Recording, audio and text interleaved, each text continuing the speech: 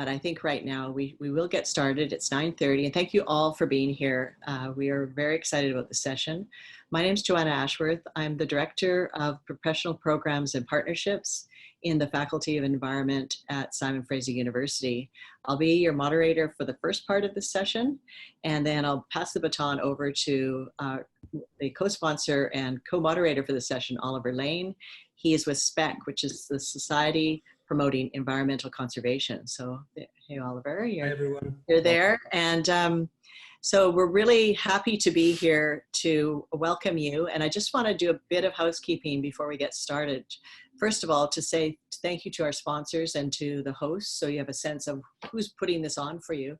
So the Faculty of Environment and SPEC are your co-hosts, along with Participedia, which is a global research project and a platform for documenting and sharing cases of democratic participation. And thanks also to the North Family Foundation for funding for this series, and Canada's National Observer as our media sponsor. I want to point out that we're using what's called Chatham House rules for this session, in which there'll be a lot of ideas shared, whether it's on the chat or in our question and answer or on the Google Doc that we'll be sharing with you. And unless you state otherwise, there won't be an attribution to the ideas that are shared. And the reason behind that is really just to open up the conversation. People feel free to state their ideas without concern that they're going to be quoted or perhaps misquoted. I want you to also know that we're recording this session, and it will be made in an edited version, made available on our project website. And I'll put that address up for you later on in the call today. And if you choose not to be seen, although it's great for everybody to have their video cameras on so we can see each other, that's not a requirement. And if you'd like to keep your screen blank, that's fine. And also, if you want to change the name that's underneath your picture, you're more than welcome to do so as well. So that's sort of a bit of the housekeeping. Just want to welcome you to this session. It's part 3 of 5 in our web series, Climate Change Reset, Lessons from the Global Pandemic and for Climate Action. And there's a lot that we're learning from our experience right now. It is this shared experience of the pandemic. And I think that we're in a moment of profound learning for so many reasons. Today, what we're going to be exploring as part of this series is what does it mean to activate compassion and the creative spirit in times of crisis. During the pandemic, we've been hearing so much about flattening the curve, about keeping the numbers of new infections down so that we don't overwhelm the healthcare system and healthcare workers, so that we have enough personal protective equipment, ventilators, and other resources for cases that may arise. We've seen in other provinces and countries that the number of cases has overwhelmed the system of care and overwhelmed the healthcare workers and exhausted the supply of all sorts of important equipment. In the climate emergency, in the same way, we refer to bending the curve. That refers to reducing the greenhouse gas emissions to below the 80% by 2050.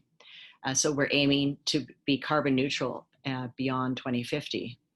And what's needed to bend the temperature downward and reduce overall warming is a huge undertaking. I think we all are concerned about that. We know that it requires radical changes. And sometimes some would say not radical, but just significant, that have a big impact, like the way we heat and cool our buildings, how we move around, what kind of transportation we choose to use. And it also requires protecting existing carbon sequestration areas like plants and trees, and protecting them, and also building more, because otherwise the carbon that's sequestered there will be released into the atmosphere. So we know if we don't bend the curve on carbon, we face an existential crisis. And so the coronavirus and our ongoing work in climate is really a window into some of the thoughts and feelings and emotions that emerge when systems get inundated and people get overloaded. And with all that's going on, we want to explore what are some of the ways that people have learned to adapt. In this next few minutes, in the next hour and a half, we explore the role of ecological grief at a time of heightened anxiety and ways to understand and work with it and to build our capacity for compassion. We're going to also explore how art and artists activate understanding and the creative spirit. And even in the midst of COVID, in the climate catastrophe, and the context of racial inequality and economic inequality, we need to find a way to not just survive, but to thrive and to support others to do so as well. So that's a bit of a context for what we have for you today. We have two wonderfully talented and insightful speakers who are going to launch this exploration. Olive Dempsey, who's a facilitator and an engagement strategist and coach, and Kendra Fanconi, who's the artistic director of the Only Animal Theatre Society. I'm going to introduce them just momentarily, but before I do, I'd like to just make a land acknowledgement. I think it's important. Many of our meetings begin with this. We acknowledge that this meeting has been hosted on the unceded territories of the Musqueam, Tsleil-Waututh, and Squamish nations, who are the traditional stewards of this land. And we want to pay respect for the enduring relationship that exists between Indigenous people and these territories. And if you're from other parts of the world, and we know that there are people joining us from all across the world, please take the time to learn about and recognize the traditional territories where you live, work, and play. Thank you. I want to also just make a few suggestions for community agreements. As I said, as people were coming in, we have wonderful presentations, but we also want to build a sense of community. And we want to acknowledge that we're living with disturbances, often working from home. There's going to be perhaps interruptions. Don't worry, children, pets, significant others. If they walk through the room, you're fine, just carry on. If something really loud happens, like the dog starts barking, just put the mute on, or it will be on, I think, for the most part anyway. Feel free to use the chat in the comments. If you want to make comments, the chat, as I mentioned earlier, is at the bottom of your screen. And it's there for you to check in. It's there for you at the break and at the discussion point of the session. And also feel free to respond, to react as you hear the presentations, showing support, using the thumbs up. There's a reaction button there, the thumbs up feature, or a clap. Those are all there as well, or a plus one. And usually Sophia does a demonstration on that, but feel free to show your support agreement for what you hear. And also take a moment just to become familiar with the Zoom functions. There's audio mute, which I think you'll all be on audio mute. Turn your cameras on unless you find that you're not comfortable doing so. Feel free to use the reactions and interact with all of us as we go through. So thank you so much. And now I'd like to, and also just want to mention that there will be a short break at around 10:30 if you need to get up and take a stretch. So to launch our conversation today, I'm very excited to introduce you to Olive Dempsey.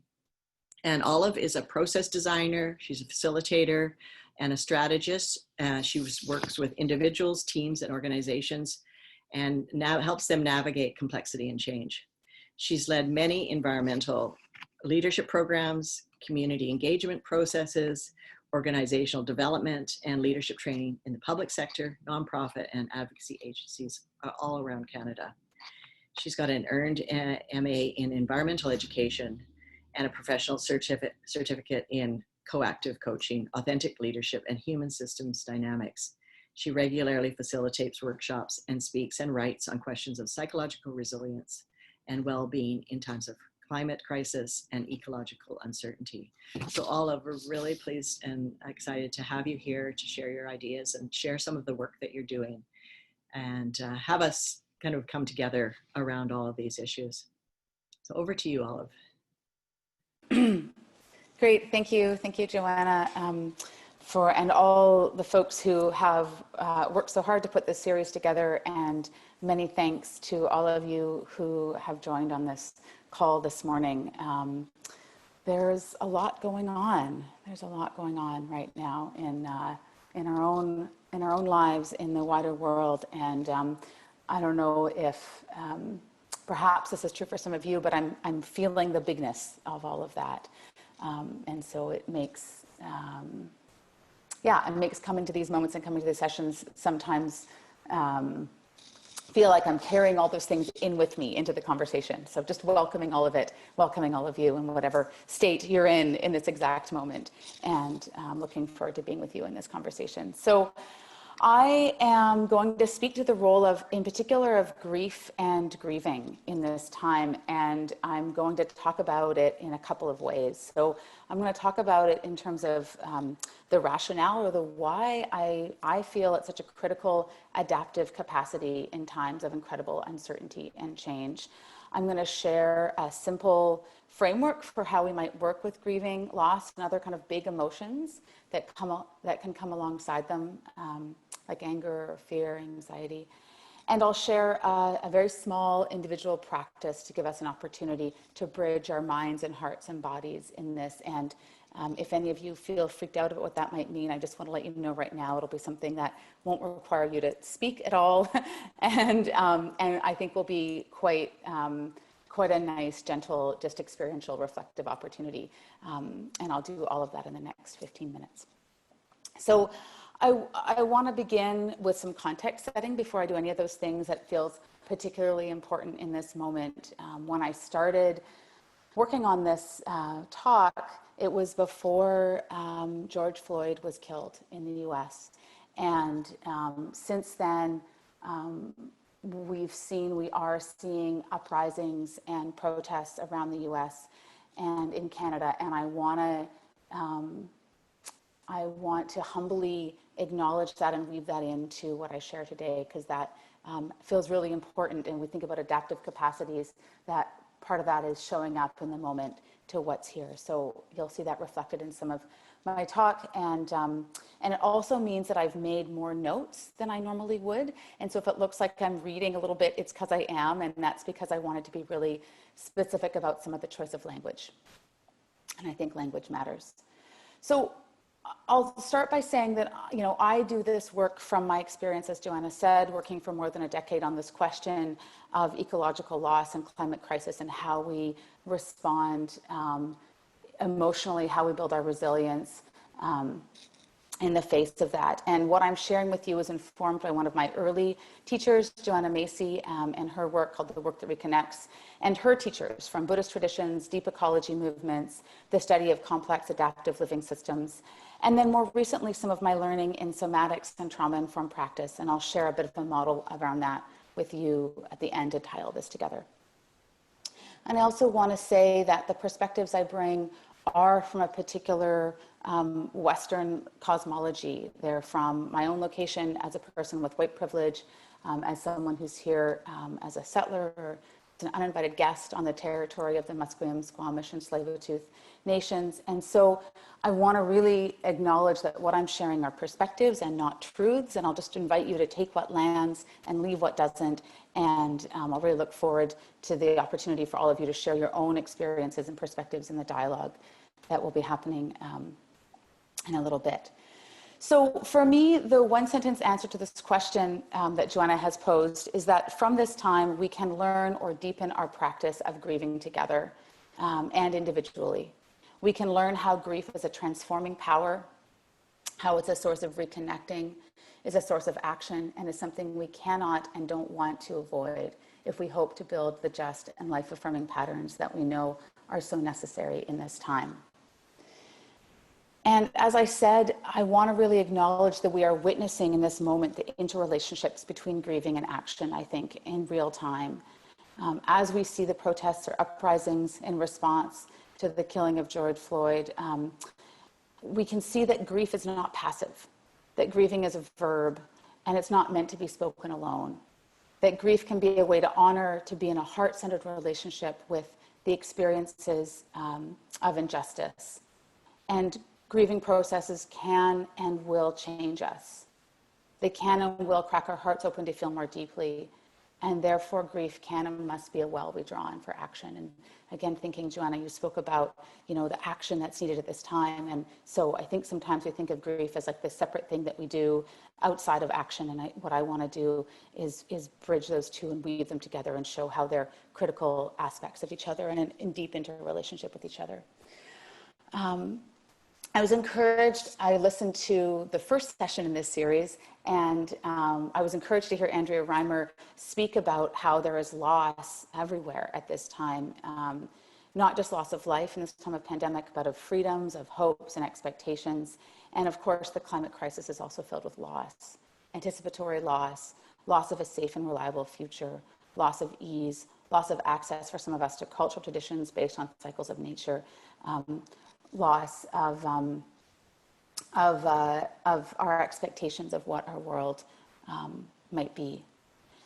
And yet the challenge in the dominant culture that many of us live in, and certainly the one that's been most prominent for me, is that grief and grieving and loss are really not given their due. Sometimes more acceptable emotions will show up like anger or manic action or even stuckness and overwhelm. But this piece around acknowledging loss and grief tends to really be pushed to the margins. Bell Hooks, in her book All About Love, writes that sustained grief is particularly disturbing in a culture that offers a quick fix for any pain. The grieving are all around us, yet we do not see any overt signs about grief that lingers. Like a stain on our clothes, it marks us as flawed, imperfect. To cling to grief, to desire its expression, is to be out of sync with modern life, where the hip do not get bogged down in mourning.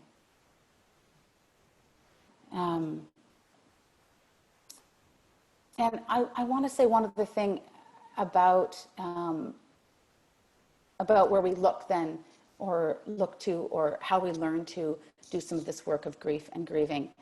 And as I was writing this, I was reminded that for those of us who have lived in or grown up in or currently experience white privilege or settler privilege, class privilege, privilege in bodies that conform to or look like dominant expectations, this pandemic may be one of the first times that we've had to be with deep loss, real limits on our movement that mean that we miss things, that we can no longer look forward to things that we took for granted. So as we start to relearn how to do this work of grieving, I think it's critical that we also learn from, and not in an asking them to teach us and do the work for us kind of way, but genuinely learn from the folks who have generations of experience in the relationship between grief and resilience and action. So I'm going to move us into a noticing, into a bit of a practice to center in this idea of what I mean by the contrast between resisting the grieving that we might have and being with the grieving that we might have. So I'm going to ask you to just take a hand. For me, it's my left hand, but it doesn't really matter which hand it is. Take a hand, and I'll say that for this practice, it's very gentle.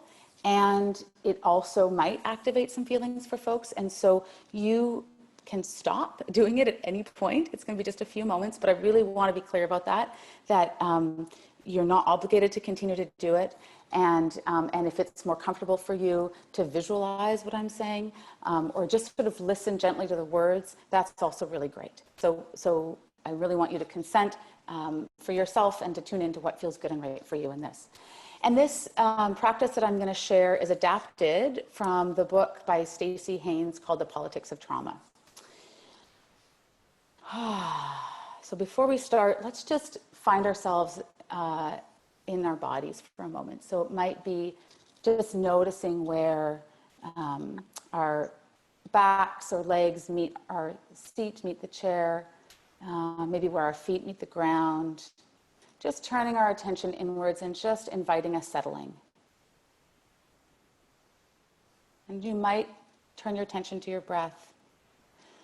You might just let the breath flow in and out as it wants to. Just a settling, turning our attention inwards for a moment.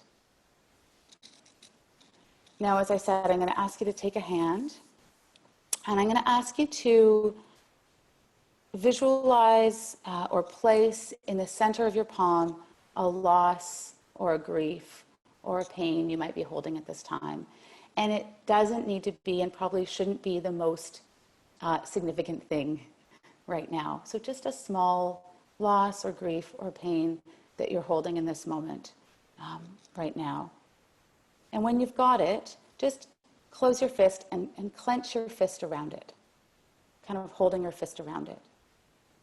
Now I'm going to ask you to take your other hand and just try and pry those fingers apart. And just noticing what happens to the fist as you try to pry them apart. And notice the relationship maybe between the clenched fist and the hand that's trying to pry your fingers apart. Noticing what happens to your body maybe, or to your breath as you do this. To your heart rate perhaps. And now you can release, just letting the hand go. Maybe taking a breath.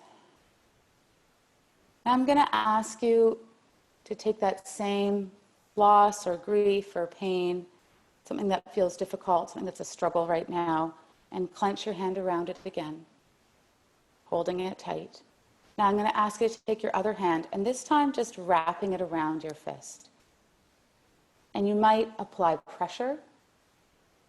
You might just gently cradle. So just listening to how the hand that's clenched in a fist, listening to how it wants to be held. And just noticing if it starts to release. Noticing what's happening in your body. Again, with your breath. Any changes that are happening. Just noticing that the hand that's wrapped around has no agenda to change what's going on with the hand that's clenched.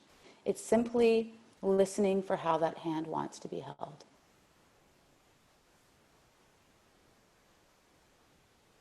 And now, as you're ready, just tuning in again and allowing a release of both hands. Just really listening to how they want to move, how they want to open. Perhaps you'll want to keep your hands together for a few more moments. That's good for you. That's welcome. Just noticing what these hands want in this moment. And so I wanted to share this because I think it can be, there's lots of ways to work with this practice and lots of meaning we might make of it. But I think it's one example of what in again, the dominant culture that many of us live in, that we often do to painful feelings of losses or grief. We try to make them go away. We try to fix them. We try to unclench that hand and get on with the real work. And so what I'm going to share next is just four cases, four principles that I think make the case for grief, and that give us some ways of thinking about why we might do this more, and do the prying apart less. And I've paired these with some passages or some quotes to go along with them. And I'll share those actually as on the screen as well, if I can have access to the share screen. Great. So the first is grieving as a form of insight or revealing. So the word apocalypse refers to the idea of an unveiling of things as they really are. And I wanted to share this first quote, and it's from, let's see, is it happening here? There we go.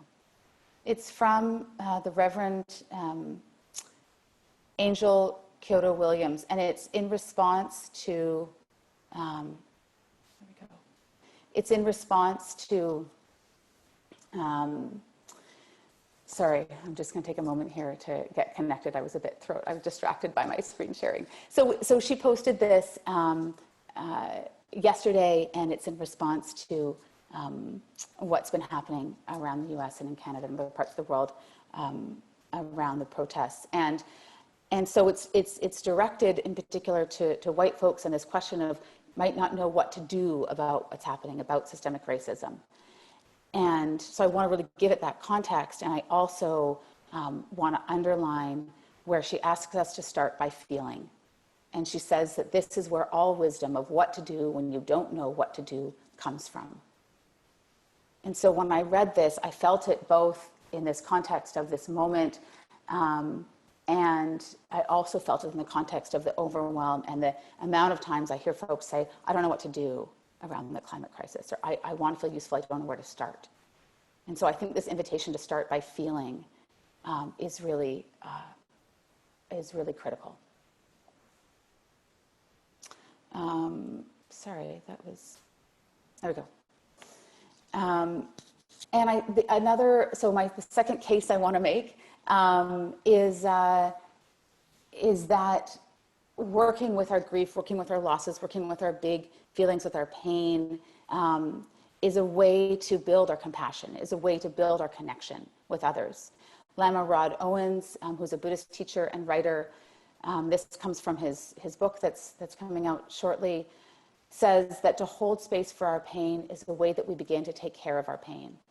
And taking care of our pain softens our hurt as we do the work of empathizing with ourselves. And empathizing with ourselves makes it easier to empathize with others around us. Empathy then is at the root of the love and compassion that will begin to disrupt the systems that create harm. So I think sometimes we might think that, to work with my own little pains and losses are sort of selfish or a distraction. And I think in this case where, Lama Rod Owens is saying it actually is a heart-opening practice that brings us into relationship with the wider world and the work to be done. I apologize, these are out of order. So I'm just going to, there we go. And then the third case I wanted to make for grief and grieving is that it's a site of transformation.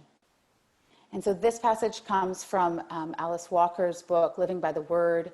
And she writes that some periods of growth are so confusing that we don't even recognize growth is happening. We may feel hostile or angry or weepy and hysterical, or we may feel depressed. Whenever we grow, we tend to feel it as a young seed must feel the weight and inertia of the earth as it seeks to break out of its shell on its way to becoming a plant.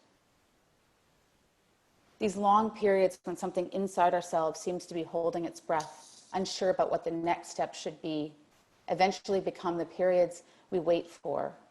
For it is in those periods that we realize that we are being prepared for the next phase of our life. So I think this speaks to the transformative potential of feeling our grief, of grieving, that it can be a site of transformation. And finally, I want to share something that I don't have a quote for on the screen, but is a concept that came to me through a really beautiful piece of writing, which I can share in the chat when I'm done speaking, by Jess Housty from the Heiltsuk Nation, and writing about grief and grieving in the context of witnessing the orca mother who carried her baby. And I always get so emotional when I speak about that. And Jess speaks about the role of grief transforming, I'll just stop share, transforming us from spectators to witnesses. And so again, going back to this piece of the role of grief being something that is active and not passive, and that it critically transforms us from spectators to witness through our engagement. And then as witnesses, we have a kind of responsibility that is radically different than when we're just spectators. So that's my case for grief. And I'll just close by saying really quickly that it's easy to say, we should do this grieving work, it's really important, and here are all the ways it's really powerful. And I also want to acknowledge that it's hard to do. And there are specific ways that we can and need to create a container to do this work. And so I'm going to offer three ways of thinking about that. So the first is a grounding, right? It works with our brainstem. It works with body-oriented practices, and it asks and it affirms, am I safe? And that's a really powerful place to start. Like, really create your body as the container, right? And you likely have or may have practices that you do to support yourself to ground, and look to those as a starting place. The next place we can move from that in creating the container for our grieving and for working with that power and that adaptive capacity is to look to connection. So this is our limbic system that needs reassurance that we are loved and cared for. So that asks questions like, to whom am I connected? Where do I belong? So that speaks also to the importance of doing this in community in some way, or to affirming and tuning into our connections as we enter into a practice of acknowledging or working with our grief. And finally, there's a space of working with what sometimes gets called our executive function or our prefrontal lobes, which is there's a place of authentic action, which asks us, what is mine to do? What am I learning? And I think in closing, I'll say that we often want to jump to this authentic action place, and we skip over the grounding and we skip over the connecting. And I want to really invite us to move through those three states in order. And I'll close there and say that I'm very much looking forward to hearing from Kendra about other aspects of the arts as container for this work. Thank you. Thank you so much, Olive Dempsey. That was a lot to think about and a lot to practice. And I guess for me, taking away this idea of relearning how to grieve is such a powerful message among all of the things that you've shared with us. Thank you. Now I'd like to turn attention to Kendra. She's going to be we'll pass the baton to Kendra. Kendra Fanconi is the artistic director of the Only Animal Theatre Society, a decade-old company that is uniquely dedicated to theater that springs from a deep engagement with place and towards solutionary outcomes for this climate movement and the climate moment. Kendra is a playwright, a director, and an idea generator. And I know that firsthand because we have been working on this series together, and just always full of wonderful ideas. She's known for her love of the impossible. Kendra lives on the Sunshine Coast of Canada. She's a farmer and a forager and the mother to 2 children who are, as she says, real characters. So Kendra, over to you. Great to have you here. Thanks, Joanna.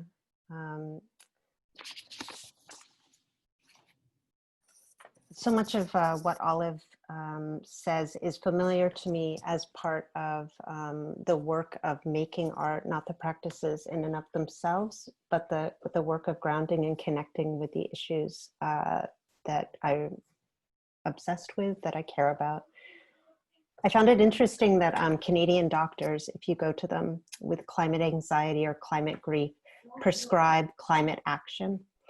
And so what I'm going to talk to you today is just about the kind of creative action that I've been working with and that I'm hoping to inspire you to work with. I'm just going to take 1 second to remind my children that now is the quiet time. Okay, guys. Here we go. Oh, did screen share not go on? Hang on.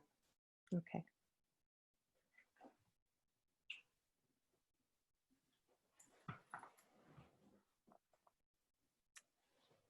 So I look at this quote and I note that there are 2 things.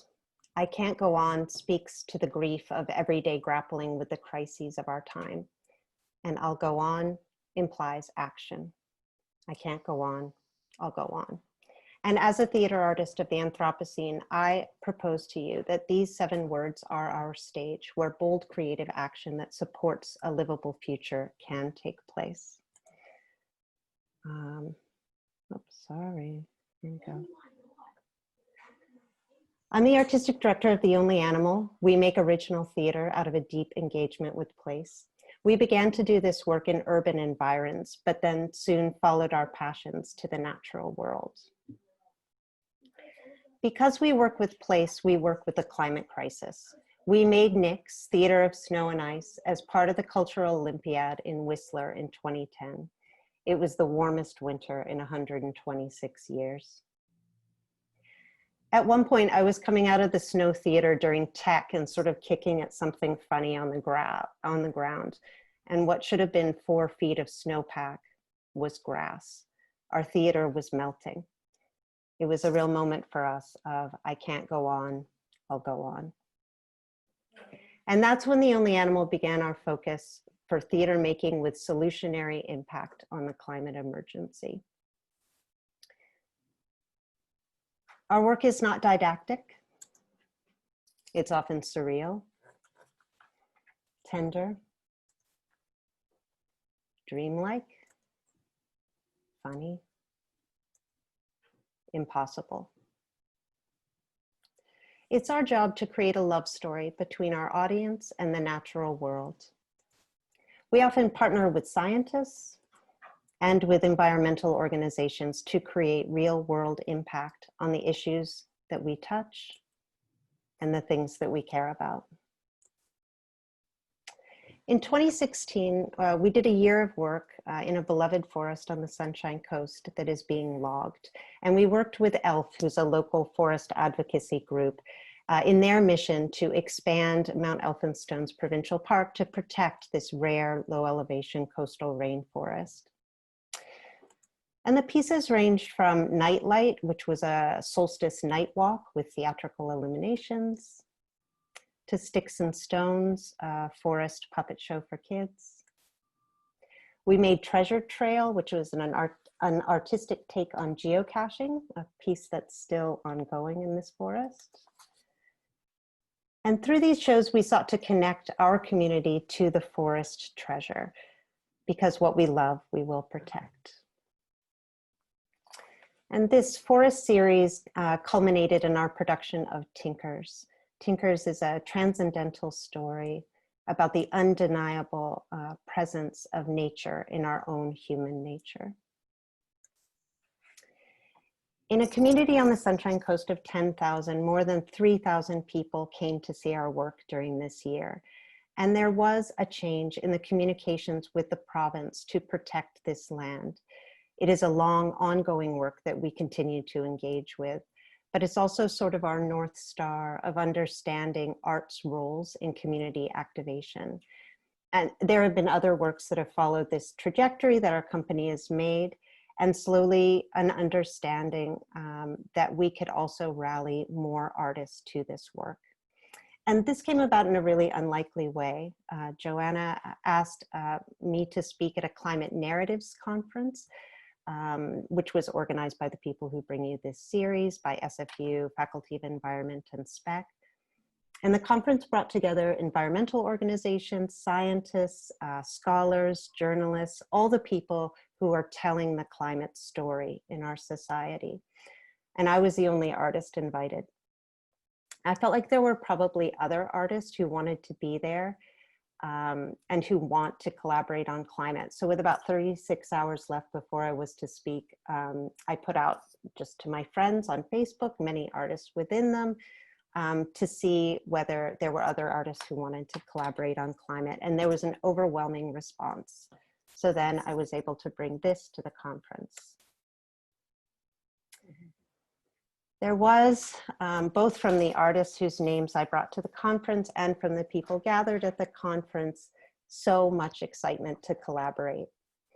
We began to imagine mobilizing these artists, introducing them in order that they might partner with others telling the climate story, and to work not only on increasing public support, but on other more distinct outcomes.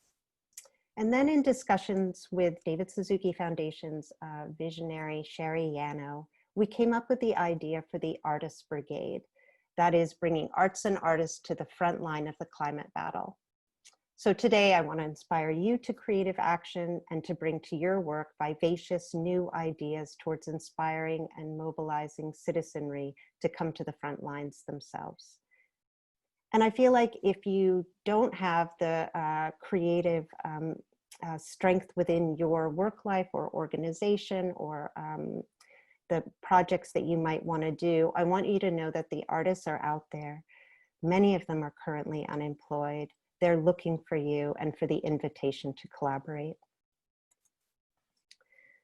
Last fall, Greta Thunberg agreed to speak at a Vancouver rally where 15 Canadian kids, these are they, were announcing their lawsuits suing the Canadian government for policy that aligns with a livable future. Large crowds were anticipated. And Sherry Yano, again from David Suzuki Foundation, contacted us.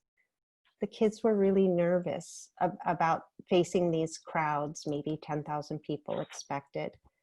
So could we get the crowd to show the kids support? How could we alter the critical perception that the youth climate movement had been encountering, including Greta Thunberg as she traveled across Canada? Could we make the climate movement more inclusive? Could we deepen the engagement of the people who came out to the rally? I'd invite you to take a moment to consider these questions, because they're exactly the kinds of things that lead us to interesting places in creative collaborations. They're specific, active, urgent questions.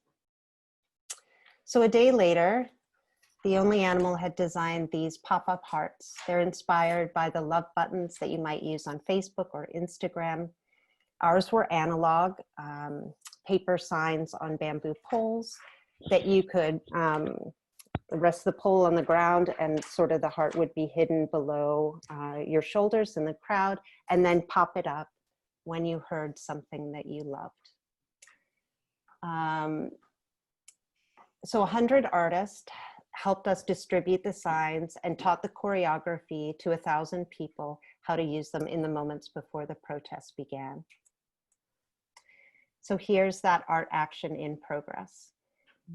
I think we were successful in loving up not only the nervous kids, but also the other speakers who came to the stage. Because in facing this sea of hearts, many of them spoke, I think, extemporaneously about the values of love and connection in our movement. And in a climate moment where rage and despair is so tangible, it felt important to ground this work in support and care and positive, heartful action. And then after the event, I walked around in the crowd and I spoke with folks who had been given the hearts by our artists. And they told me that they felt grateful to have a way to show that they cared. They felt involved and connected. I know myself, when I walked into the crowd to give out the last 20 hearts that we had, people were hollering and waving and like straining to get their hands on them because they could see them populating the crowd in front of them.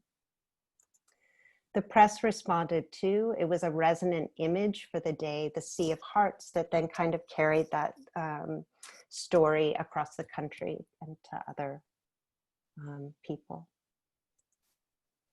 Here, 6 months later, during the COVID crisis, one of the hearts popped up, spotted in a window in downtown Vancouver, as now kind of become emblematic of us showing our hearts to the essential workers. This first piece of the Artist Brigade was made in a week for about $2,000. As artists, we are culture makers, and we're asking in this time how to transform the culture of consumerism to the culture of stewardship. And this is, I think, where the sort of imaginary powers and visionary powers of the artist can come into focus. We want to know how and where we can be useful. So we heard about other challenges from David Suzuki Foundation that we thought were really interesting. For example, Jody Stark, who I know is on the call today, had a petition for clean energy that had 50,000 signatures on it. And so this was the question: how could we amplify the delivery of that petition to Parliament Hill? This was in a very early meeting, and I was immediately struck what an easy question that is, that there's 100 ways to do that. And talking off the top of my head, I talked about you could maybe hire a choreographer who works in duration. You could team them up with a projection artist. You could project 50,000 signatures one at a time somewhere out public on Parliament Hill.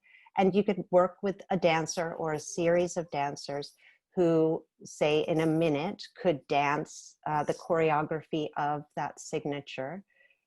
And at one signature a minute, working 24 hours a day, it would take 34 days to dance all 50,000 signatures, because 50,000 people is a significant number. And we haven't made that piece. That's just an idea. but there, I think it's an example of the kind of idea that, the kind of way artists can respond to these kinds of challenges. A case study that adapted some of these ideas to direct action. In January, in my small town, we pitched the last battle to save Clack Creek Forest, the forest of 1,000 hearts. So our question there was, how do we rally a community in the kind of numbers that could create a last minute stay for Clack Creek Forest? We were particularly concerned about the 200 key species that are part of the ecosystem of that larger forest, who, if this cut block was lost, would be stranded on an island of extinction. So we had the idea to cast our community as those 200 species, to ask them to stand each for a species at a roadside protest. It was an idea that had a lot of playfulness in it, and I began to reach out to folks with the species list to cast them. And in this conversation with a great hulking man who is the blacksmith in our small town, I went to him to see if maybe he would stand for the cutthroat trout. And he countered that he was really drawn to stand for the vagrant shrew. And if there's anything more beautiful than a giant blacksmith holding a sign that says, "I stand for the vagrant shrew," then it is this: 300 people who showed up to stand up. That's 10% of the population of our town. It's a community ecosystem in stewardship with a natural one. It is also true that we lost this battle and Clack Creek Forest was logged starting in early February.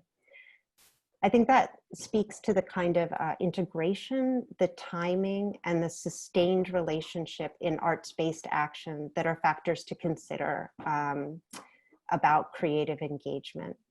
I'm really a big fan of the artist in residence model, where an artist travels through time with your organization or group or action to create a sustained presence of creative engagement.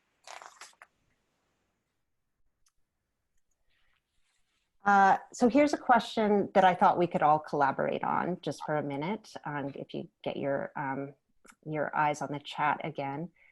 Again, Jody Stark, again at David Suzuki Foundation, told me about 250 letters, more than 250 letters that they had collected. These were letters sharing Canadians' personal perspectives on why bold climate action is necessary. The letters share value, personal experiences, stories, etc. And the question is, how can we highlight the diversity of the climate movement? How can we help more people identify climate as their issue to take action on? So I'd like to open up the chat to your ideas. What kind of creative engagement might you dream up? Let's assume we have these letters. Let's assume that we've gotten the permissions, that the text could be used. How would you create an art-based action to help answer this question? I'm looking, Jesse, for how I can see the chat in this moment. I have to stop screen share, I think. Okay.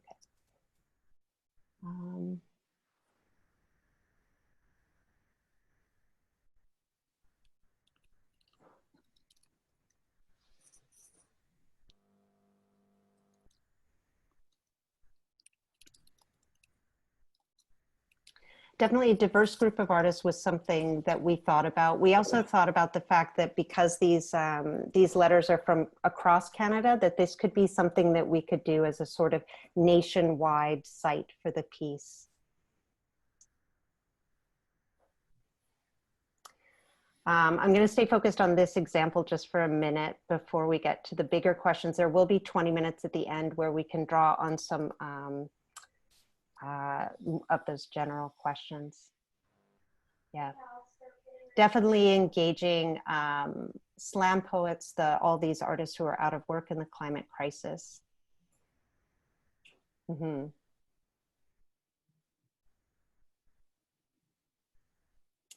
I love the idea of sensory experiences to create engagement. I think in this very virtual COVID world that we're really longing for things that involve 3D, tangible sensory experiences.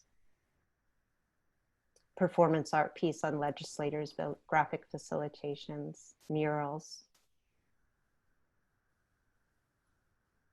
street banners, paper airplanes. I love how like in about 90 seconds, we've got like at least 5 or 10 different ideas that could be built on to make these pieces. Clothesline stringing letters, paper lanterns. Yeah, they can kind of see that the paper airplane fest could be something again that sort of involves community, like from kids and families. Yeah, Nancy privately to me wrote a choir singing quotes from the letter. We had a similar idea in the company about taking the letters to choirs within the towns where people were writing from, and hiring composers to help set letters to music, and maybe doing like choirs across the country on a certain kind of day, talk shows. I think we're always super aware that media is one of our targets, that we're trying to create a media event that encapsulates something about our movement, and that's really shareable. A virtual choir. Yes, choirs are particularly difficult right now. That's true. That was an idea from before, in the old world. You're right. Projections onto postal buildings, libraries, art galleries. There's a lot of really beautiful work that's being done in that area. Play with scale, make a giant envelope for the letters or a giant mailbox. Mm-hmm. There's a lot of, we have a puppet platoon as part of the artist brigade, and puppet makers are just all over this kind of work. Projections, yeah. A map showing where all the letters came from. Musical compositions, little chamber music style.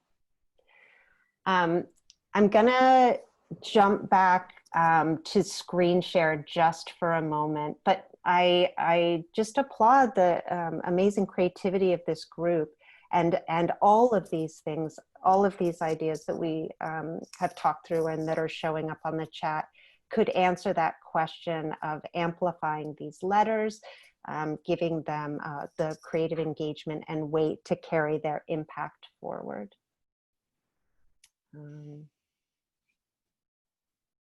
Okay, here we are again. I'll have to go quickly now. A question will come up about money. Artists need to be paid, and the COVID pause is hitting our sector particularly hard. Almost everyone in the performing arts is out of work, and probably until like fall of 2021 or beyond. This also means that there's an enormous capital of time available right now. Artists also sometimes can rally resources. Some artists will bring resources from their institutions. We are building a war chest at The Only Animal to be able to respond to all kinds of emerging climate needs. The resource question is important, but often the question that your organization has and the creative idea that it sparks is the thing that makes things possible. From there, funding avenues might open up, other partners or resource spaces might open up. We think that the experience of doing this kind of creative engagement is vivifying, engaging, heartful, terrifically fun. I think we're out of time right now, but I would encourage you to develop those questions as a starting point, whether those questions be about this moment we are in understanding racial inequality in the COVID crisis, and understanding how that is affecting your organization, and in the climate crisis. These are just tools, and you know, me with not only the 100 artists I know, but with thousands and thousands of artists behind me who long to be doing this kind of work with you. And if you want to be in touch in the future about the Artist Brigade with questions or anything, reach out to us, info@theonlyanimal, and we'd love to be in touch with you. Thank you, Kendra. Well, what an outpouring of wonderful ideas. And as you say, like you just asked the question, and it sparks this idea of how can art and artists amplify the climate story, or any important story that needs to be told, that really reaches not just our thoughts, but our minds, and our hearts as well. So thank you so much, Kendra. That's great. Talked about how overwhelming it is to receive all this information and all this learning around COVID and around the climate crisis, and how the sense of injustice gets us frustrated or angry. And there's questions about how to move forward from that. How do we build from that sense of overwhelm or frustration to creative action, to really get going, and not avoiding that. Because my sense from Olive, from what your presentation is we don't want to, the sense of grief or overwhelm or frustration is not an obstacle on the road that we want to go around. It's something we want to engage it with, be in, and build from there. So I think some of the questions are around that. How do we move forward? So this is the question to me. How do we move forward? Well, to both of you, any insights? I know it's a big question.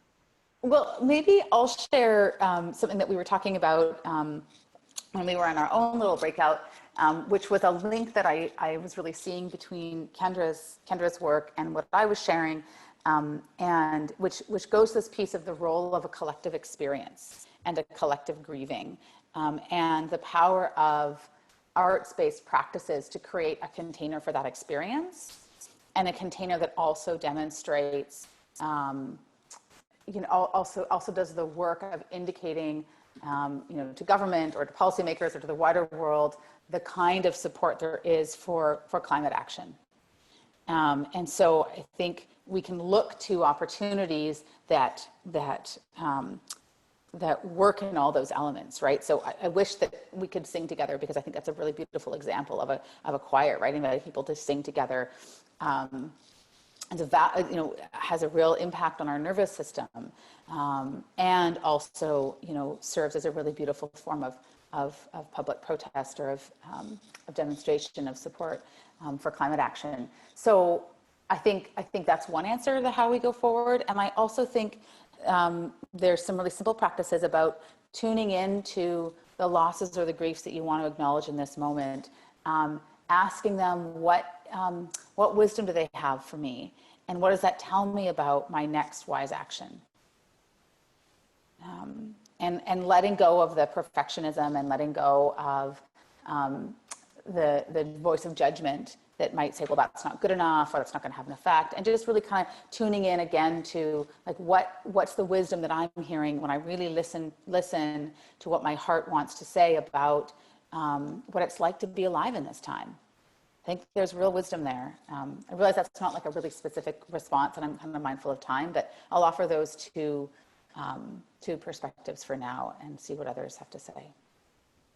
Thank you. Yeah, you actually addressed also another question that had come up, and I was going to bring up, was how do you deal with collective grief, and how do you create a safe space, basically, to work together with others? Because this is an individual work, but it's also a collective effort. How do we, and Kendra, feel free to jump in as well, how do we bring our whole selves into our work? Well, that ties into something I was thinking about when Olive was speaking. As someone who trained as an actress, actually, and ended up in the climate movement, I think about, when you go onto the stage to, in a big play, a big tragedy, say, or something like that, you have to sort of take the audience by the hand in order to take them into the story. That connection that Olive was talking about, grounding and connection being, those are the first moments of any play, right? We are going together.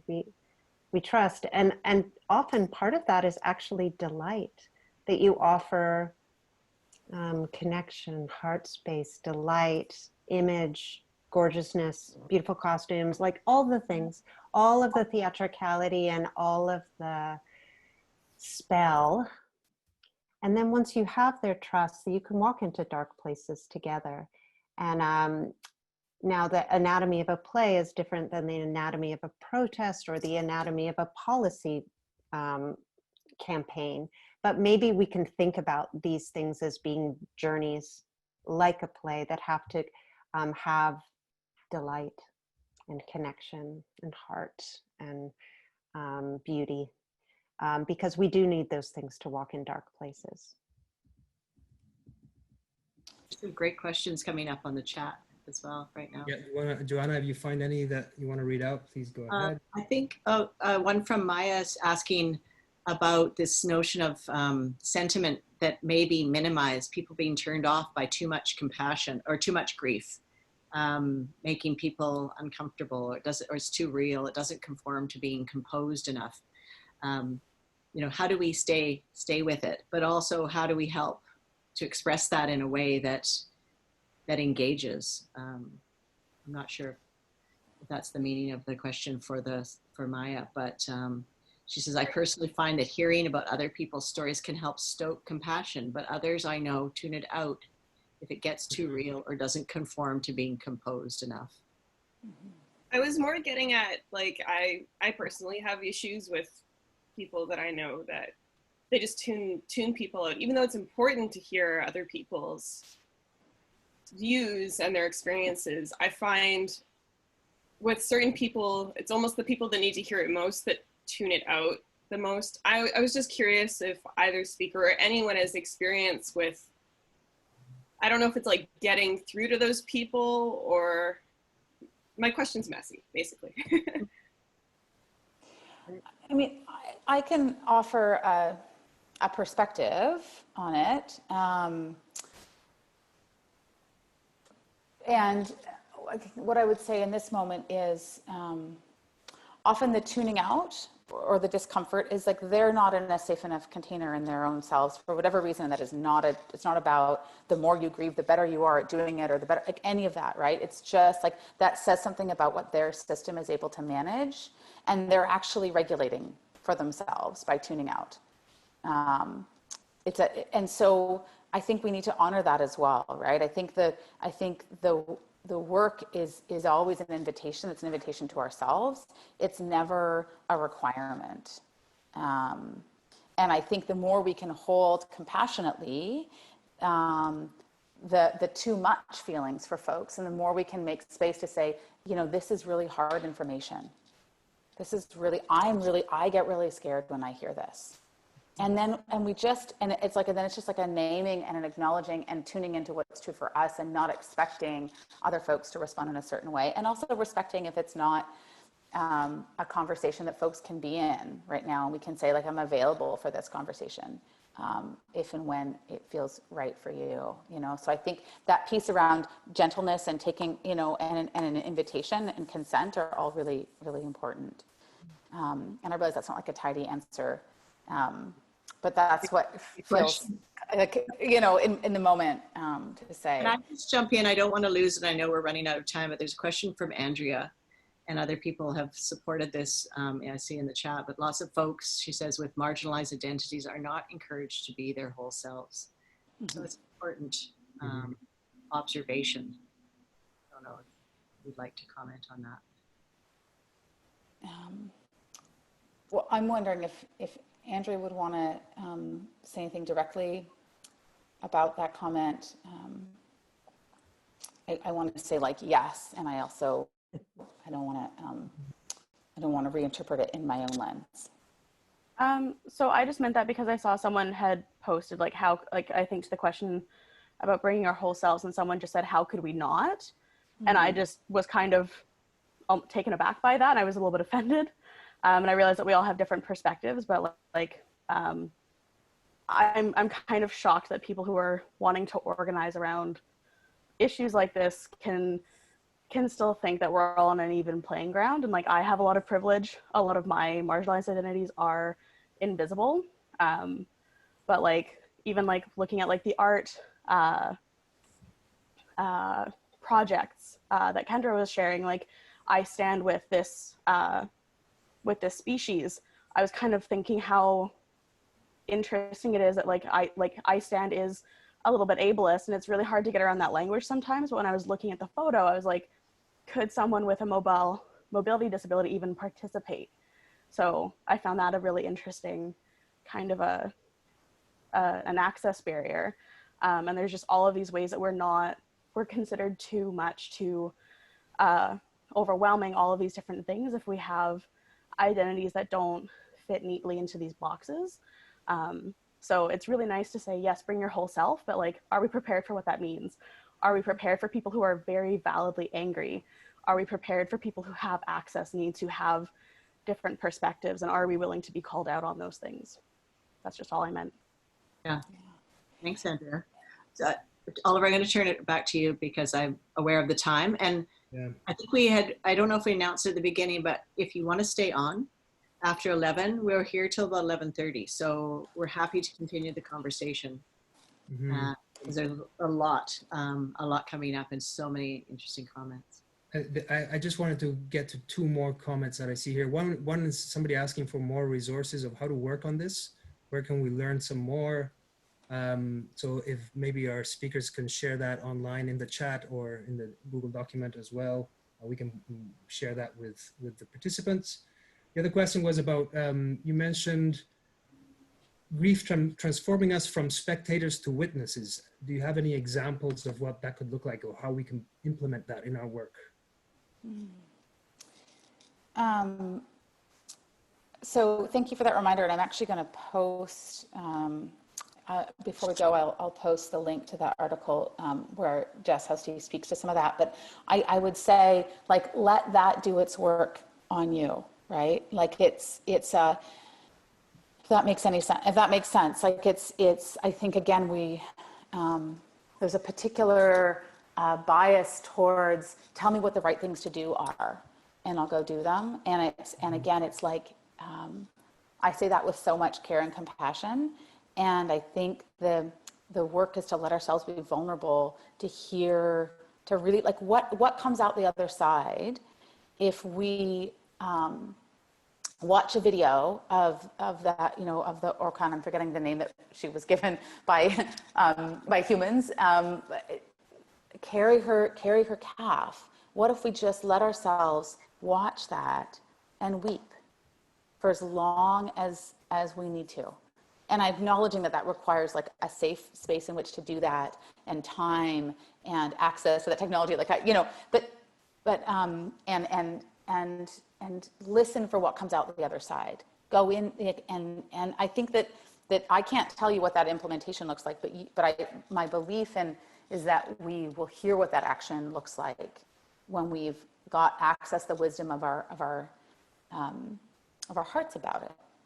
And I don't offer that as like a panacea, or but that's where I come into. I can't answer that question for folks, but I can invite folks to make safe enough spaces for themselves to do that listening.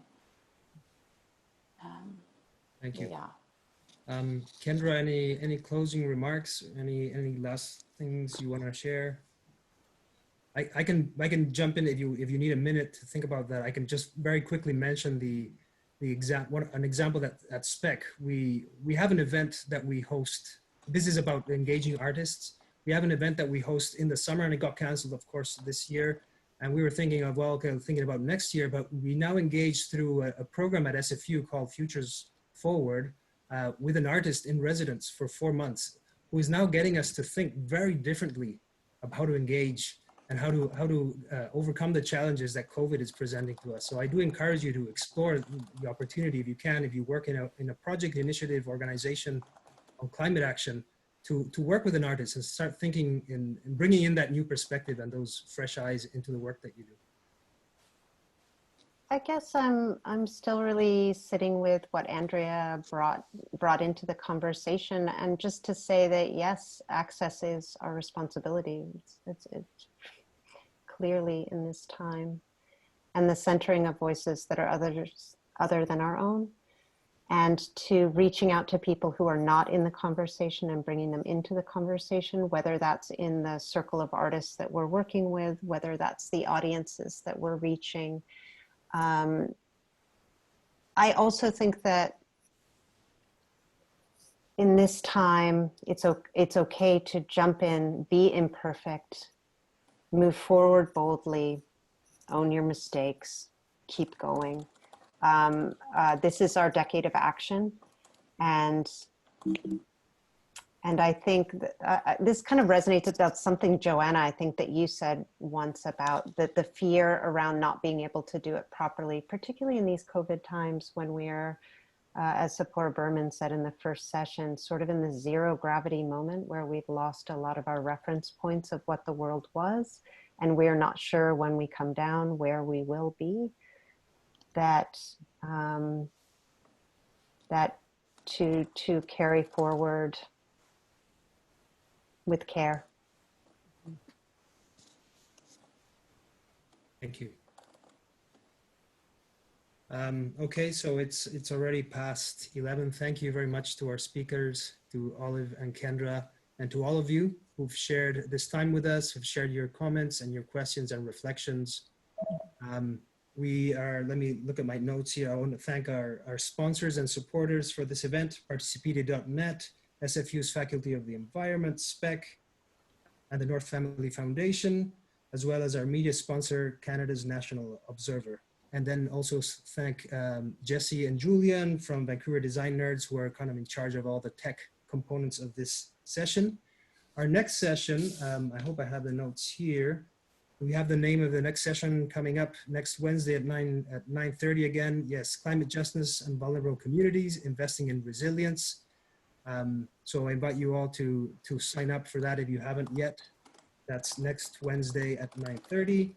And as Joanna mentioned, we are staying on for another 20 minutes or half an hour on this Zoom call if you want to stay and connect with us via chat or also voice conversations. So thank you very much, everyone. Have a great day, a wonderful week, and thank you for being with us today, and see you next week.